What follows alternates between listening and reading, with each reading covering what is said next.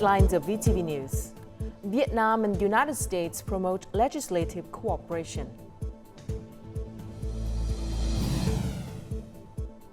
Vietnam attracts more than $6 billion of FDI capital in the first quarter. And later on in our world news, search and rescue operations conclude at a CROCUS City concert hall.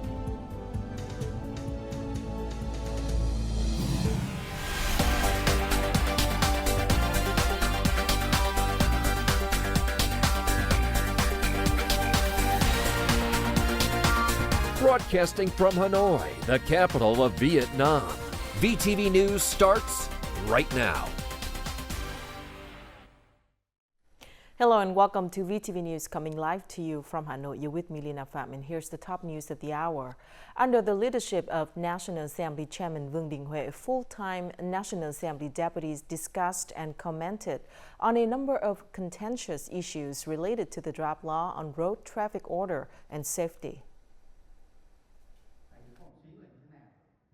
While discussing the development of the law, the delegates expressed various opinions on the regulation prohibiting road traffic participation for those with alcohol concentrations in their blood or breath.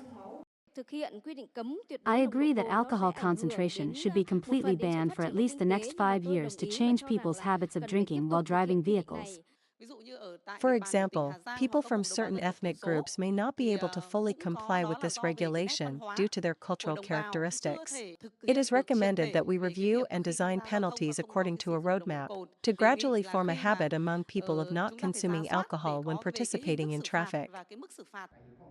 Regarding the auction of license plates, some deputies agreed to include this content in the draft law on road traffic safety and order, based on a thorough summary and evaluation after the pilot period. Some proposed expanding the auction to include license plates for passenger cars, trucks, and motorbikes. I suggest that we should not extend the auction to license plates for other types of vehicles. Additionally, we should adopt a thorough assessment of social impacts and cultural aspects when legislating this regulation.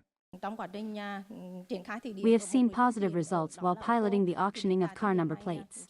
Therefore, we should apply this auction method to license plates for other means of transportation. On the same day, deputies expressed diverse opinions on several issues related to the draft law on defense, security industries, and industry mobilization. On March the 27th, Vương Đình Huệ, the chairman of the National Assembly, received a delegation of U.S. congressmen led by Senator Kristen Gillibrand, chair of the Senate Armed Services Subcommittee on Emerging Threats and Capabilities. National Assembly Chairman Vương Đình Huệ expressed his gratitude for the active cooperation between the Vietnamese National Assembly and the U.S. legislature. He emphasized the importance of upgrading Vietnam-United States relations to a comprehensive strategic partnership. He also expressed hope that the visiting U.S. congressman will collaborate with relevant authorities to deepen legislative cooperation between the two legislatures. He suggested that the two sides continue to cooperate in areas such as artificial intelligence, semiconductors, energy conversion, and high-performance sports. He proposed the establishment of mechanisms for regular dialogue, exchange, and contact across all channels. He also asked that the U.S. continue to prioritize support for Vietnam in overcoming the consequences of war and climate change. According to the latest report from the Foreign Investment Department of the Ministry of Planning and Investment, the total new registered capital adjustments, contributions, and share purchases by foreign investors exceeded $6.17 billion as of March the 20th. This marks an increase of 13.4% compared to the same period last year. Out of this, 644 new projects were granted investment registration certificates. Foreign investors invested in 17 out of 21 national economic sectors. The processing and manufacturing industry received the most investment, with a total capital capital of nearly $3.93 billion US dollars, accounting for almost 63.6% of the total registered investment capital. The real estate sector ranked second with a total investment exceeding $1.58 billion US dollars.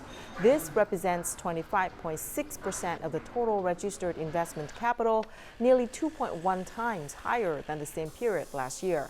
Notably, the realized capital reached about $4.63 billion US dollars in the first 3 months of 2024, a 7.1% increase compared to the same period in 2023. This suggests that FDI disbursement will continue its positive trend in the coming years.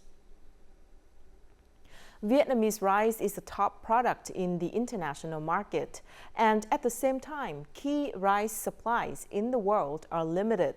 Strategies are needed to proactively enhance value and expand opportunities for Vietnamese rice. In the Middle East, Vietnamese rice is favored by a lot of the current importers. Al Khami is a business in the United Arab Emirates specializing in importing rice from Vietnam. Vietnamese rice is imported to serve Asian restaurants, including high-end restaurants, after a thorough inspection process. Vietnam rice, first we are getting the samples, we are cooking, we are giving to the chefs, so we can get very good quality rice for you. Compared to rice from some other countries, Vietnamese rice is whiter and brighter. Looks nicer.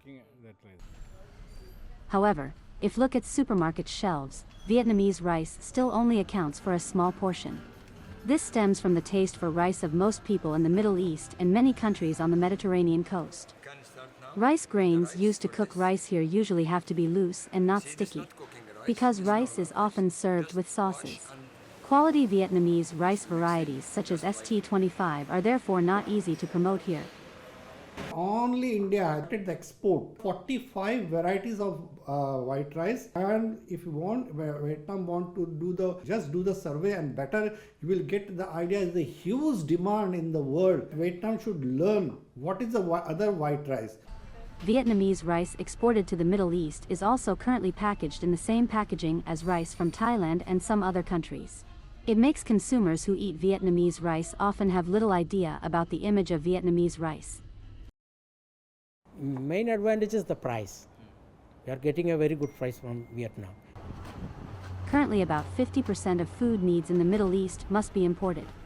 Rice imports are forecast to grow strongly as this is one of the 2 regions with the fastest population growth in the world.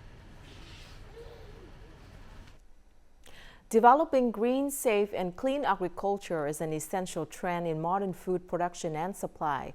Numerous cooperatives and farmers nationwide are embracing this trend. They are establishing eco-friendly agricultural models to provide customers with healthy and sustainably produced food. This is our story from Bà Rịa Vũng Tàu province. This agricultural cooperative has received a certificate for vegetable production that complies with VTVgo standards. In order to meet these standards, the cooperative has invested in technology to produce organic fertilizer. This helps members decrease production costs and enhance product quality. VTVgo standards are prerequisites for producing clean, affordable vegetable products that meet customer needs. Cooperative members are provided with technical guidance and clear planning. Therefore, the output is maintained steadily to meet our partners' demands. After 9 years of implementing safe production practices, this farmer's 20-hectare pomelo plantation now yields an annual output of 300 tons. Consequently, she earns an annual profit of over $240,000 after accounting for production costs. I use biofertilizers in my garden to limit the use of chemicals in growing plants. As a result, the produce is healthier and safer for both growers and consumers. After more than 5 years of implementing Government Decree No. 109 on organic agriculture, the province currently possesses approximately 230 hectares of organic farming area. By following organic growing processes or striving for organic certification, these products will be embraced by consumers, thereby increasing their value within the market. In the future, Bà Rịa Vũng Tàu province will support the establishment and enhancement of brands for organic agricultural products. This initiative is designed to promote collaboration between businesses, cooperatives, and farming households in the production, processing, and marketing of these products. The number of commercial aircraft in Vietnam has sharply decreased by approximately 40 to 45 compared to the same period last year. Currently, there are 6 airlines in operation in Vietnam, some of which have restructured their businesses to reduce their fleet size. Some airlines have even had to cease operations for aircraft maintenance and engine repairs. Due to the decrease in the aircraft fleet, the domestic aviation market is expected to become more competitive this summer. This is when travel demand is forecast to increase by about 5 to 7% compared to the same period last year. The price ceiling for domestic flight tickets has risen by 3.75% since March the 1st, with the peak time for domestic tourism approaching, especially during the period leading up to Reunification Day and Labor Day holidays, and the decrease in available aircraft. Airline ticket prices are expected to rise further. This increase will put pressure on travel agencies, potentially leading to an increase in tour prices. Due to this, holiday goers may be more hesitant to spend extra money on tours. This woman intended to book an air tour for her family to the Northwest and Northeast region. However, upon discovering that the tour price had surged by more than 20%, she opted for tours closer to home instead. I will select places where I can travel by coach or personal vehicle to save money. This travel company reported that air ticket prices have risen compared to the same period last year. As a result, prices for domestic tours, particularly long-distance ones, have increased by 10 to 30%.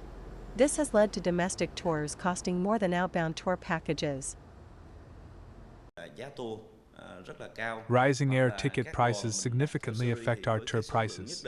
As a result, our customers face higher costs. Many anticipate that self-sufficient and short-distance travel will become more popular due to changes in airline price caps. As a result, travel businesses are adapting their tour itineraries and incorporating diverse types of transportation as alternatives to air travel. We need to adjust our tourism products to meet current demand. We might need to shorten tour durations and select local tourism hotspots to include in our trip itineraries. Travel companies should optimize their services, including airfare and hotel prices. They can promote incentives to encourage customers to book tickets early. These solutions may help businesses handle the difficulties posed by rising air ticket prices. Based on calculations, air ticket prices make up 40 to 60% of total travel expenses. Due to this price adjustment, many travel agencies are hesitant to book large quantities of air tickets in advance. Consequently, holiday and summer tours are being sold without including air tickets. And before we move to the next part of VTV News, let's check out how the Vietnam dong is weighed against other currencies in the world market today.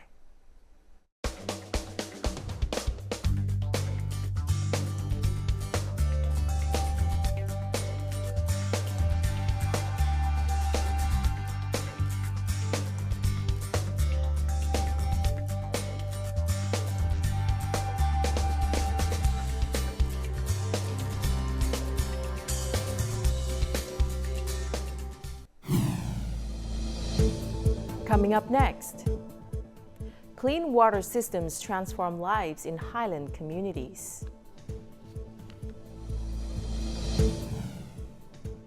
And efforts made to preserve and promote Quan Họ folk singing.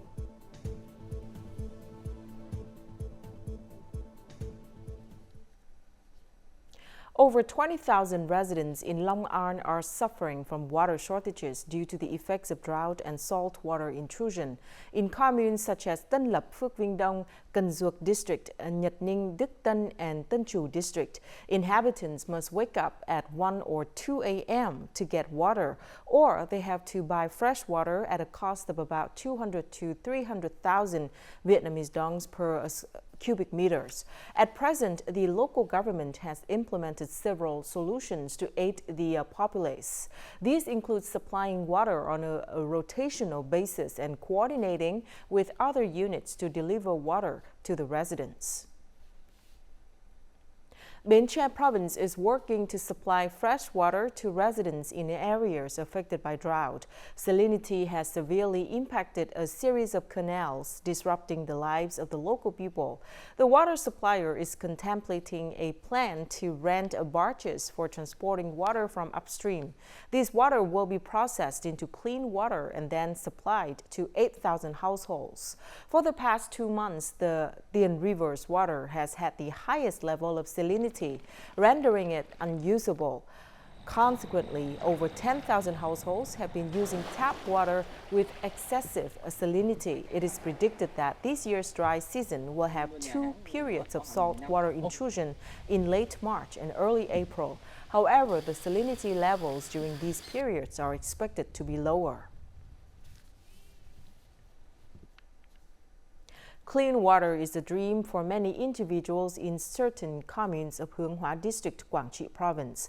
People in these areas typically rely on stream water for their daily activities. However, thanks to the support of task forces, clean water is now accessible to these communities. This has not only reduced disease rates, but also provided security for the growth of production. Many households in Thanh Commune, Hướng Hóa District, Quảng Trị Province are excited about having access to clean water. They no longer have to walk miles carrying their children to fetch water. Previously, there was no clean water, so our family had to fetch water from the stream. Now that we have clean water, we are very happy. We encourage people to conserve clean water and protect the environment.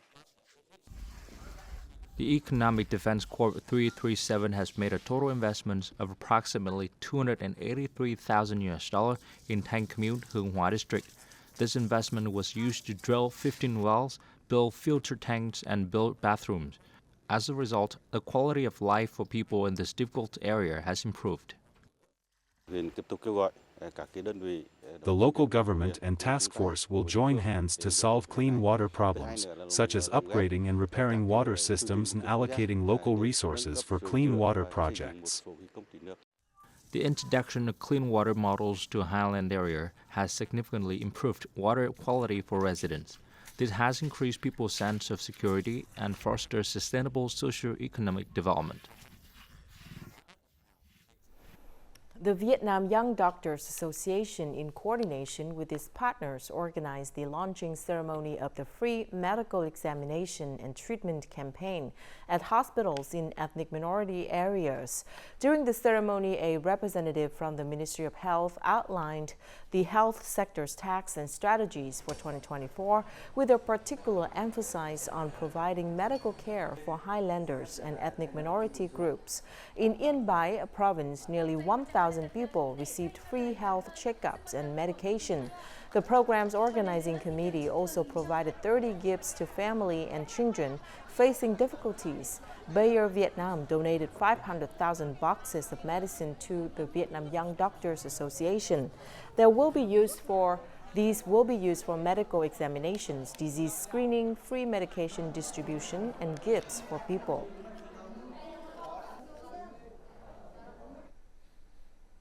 Kon Tum is a peaceful island located at the end of Co Chien River in Trà Vinh Province. In recent years, people of this place not only take advantage of the green space of the island alone, but they also create folk activities to attract visitors. More to follow.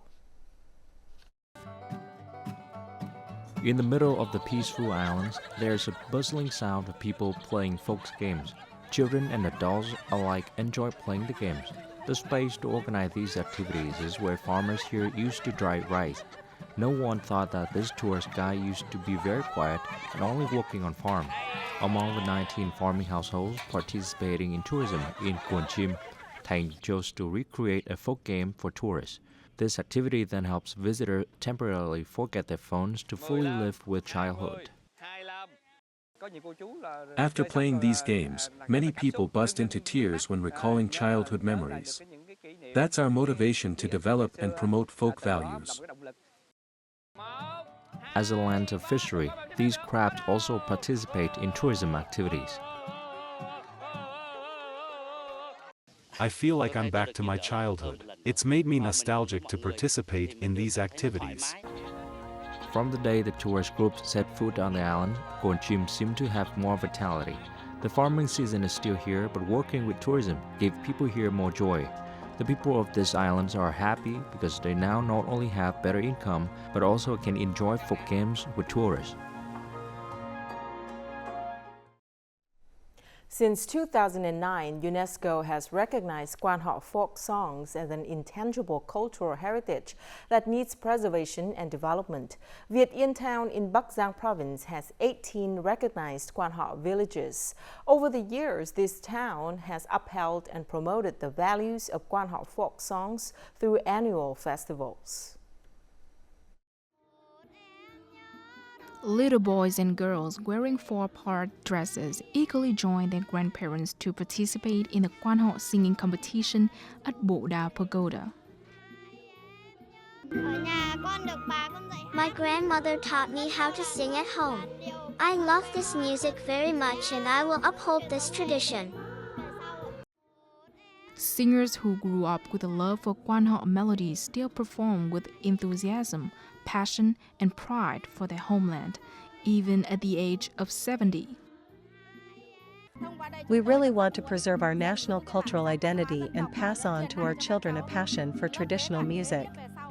Every year, the Bộ Đà Pagoda Festival serves as a gathering place for people to perform their traditional melodies. At the 23rd Quan Họ Folk Song Festival, 52 teams comprising more than 1,000 amateur artists participated.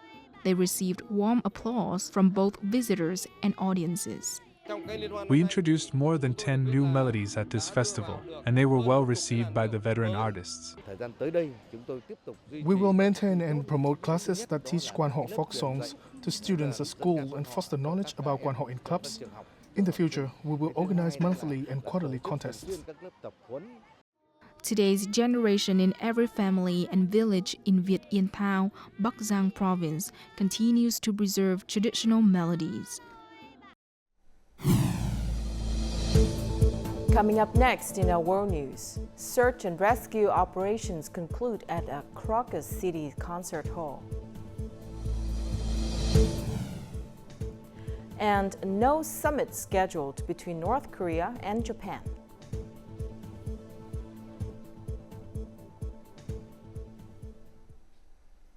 By the end of Tuesday, the Russian Ministry of Emergency Situation had completed their search of the CROCUS City concert hall, the site of a terrorist attack on March the 22nd. According to Andrei Vorobiev, the governor of the Moscow region, approximately 1,000 cubic meters of collapsed construction materials have been dismantled and removed. The Russian Investigative Committee reports that the attack has so far resulted in 139 fatalities and over 180 injuries. Following the attack, the Russian Federation Security Service apprehended 11 suspects, including 4 primary suspects. Russia is currently finalizing the reconstruction of the incident at CROCUS.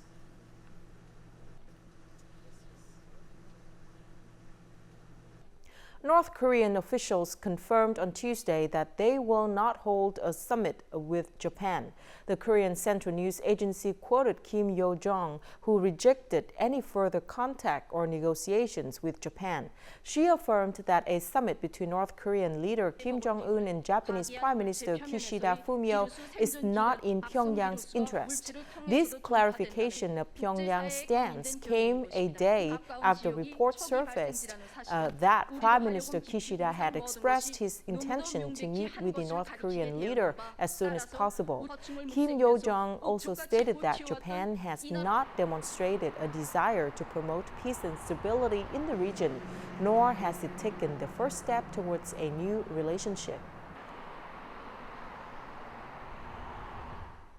Within just 2 years, 2022 and 2023, China has closed more than 20,000 kindergartens. The primary cause is the rapidly declining birth rate, which results in schools not attracting enough students. Last year, the number of newborns registered was 9 million, a decrease of 1.6 million compared to 2021.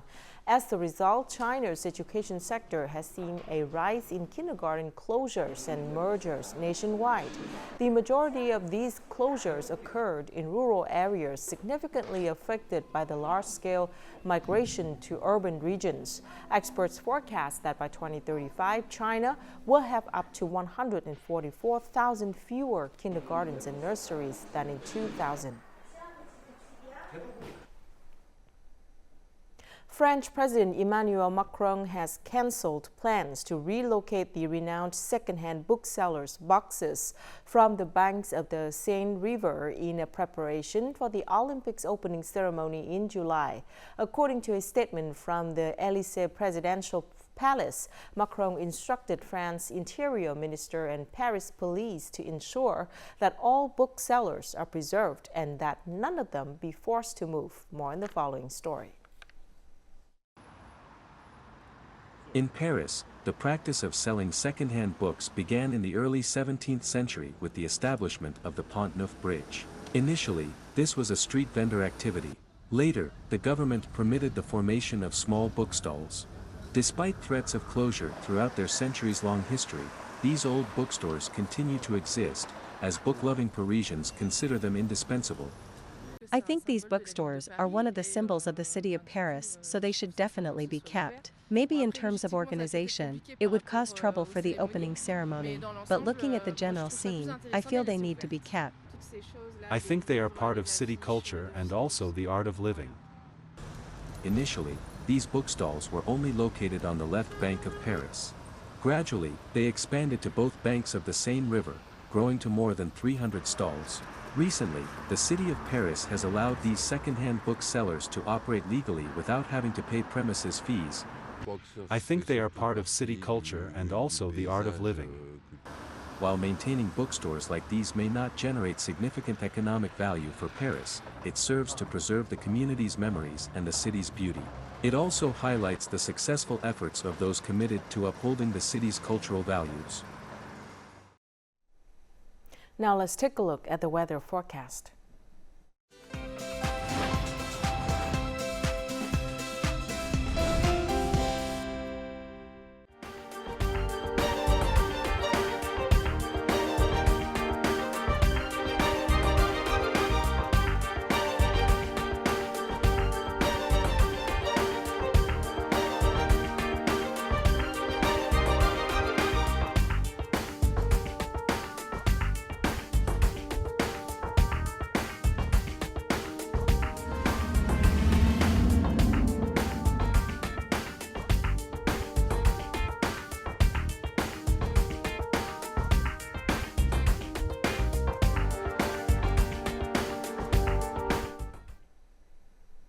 And that's it for this edition of VTV News. Thank you very much for watching. To rewatch our program, you can download VTVgo from App Store, Google Play, or tune in our YouTube channel at youtube.com/VTV4Go. Goodbye for now.